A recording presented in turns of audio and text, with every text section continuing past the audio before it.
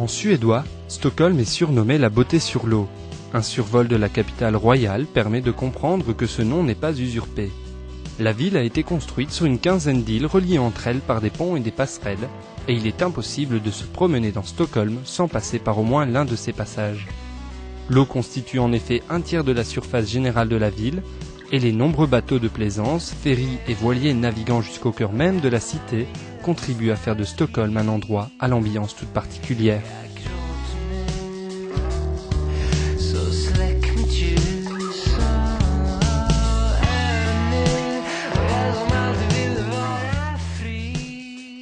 Pour s'immerger réellement dans l'âme de Stockholm, il est obligatoire de prendre quelques heures afin de déambuler dans les ruelles étroites de la Gamla Stan, la vieille ville. Ce quartier, entouré de tous les côtés par les eaux, a su conserver tel quel depuis le Moyen-Âge ses rues et le plan de la ville. L'architecture date quant à elle en grande partie des XVIIe et XVIIIe siècles. Vous pouvez ainsi emprunter Österlånggatan, où la présence de nombreux cafés, bars, restaurants et boutiques d'antiquités crée une agitation incessante. Ou alors vous faufiler dans le Morten Trotzig, la ruelle la plus étroite de la vieille ville. Restons dans le domaine de l'histoire avec le Vasa Museum. Ce musée unique en son genre propose en fait une seule exposition, mais de taille. Il s'agit de l'épave renflouée du Vasa, navire de guerre du XVIIe siècle dont la coque en bois et beaucoup d'éléments ont été préservés de la pourriture par l'eau de mer peu salée de la Baltique.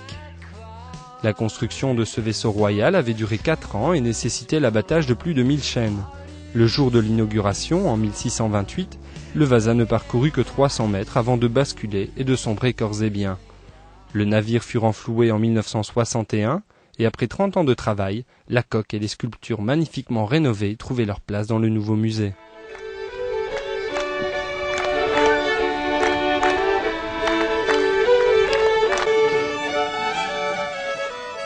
La meilleure période pour un séjour à Stockholm est certainement à la fin juin, lors des festivités de la Saint-Jean ou Midsommar.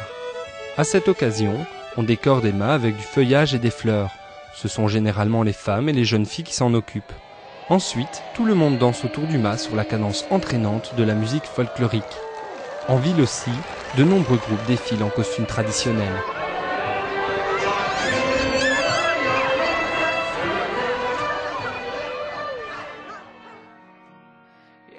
Comme il est difficile de se balader dans Stockholm sans croiser un bras de mer ou un canal, autant profiter de l'occasion et s'embarquer pour un tour de la ville en bateau.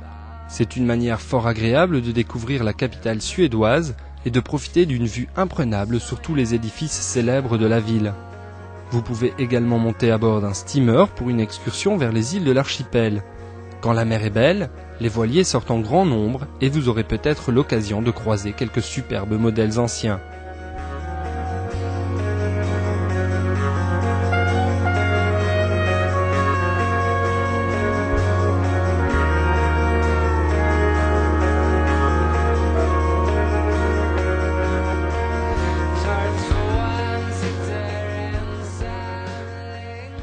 Une destination de choix pour une excursion en mer est Drottningholm. Un bateau à vapeur vous mènera jusqu'à cette île où se trouve le château du même nom qui sert de lieu de résidence à la famille royale. Sur place, vous pourrez au choix vous promener dans le superbe parc ou alors visiter le château dont le style rappelle sans conteste celui de Versailles. La mer, c'est bien connu, ça ouvre l'appétit. Quelle meilleure manière pour terminer la journée que de se réunir autour d'une table afin de déguster des écrevisses tout en savourant l'alcool national. Les soirées d'été sont longues et agréables, et vous aurez tout le loisir de discuter de vos visites de la journée et de préparer celle du lendemain dans Stockholm, la beauté sur l'eau.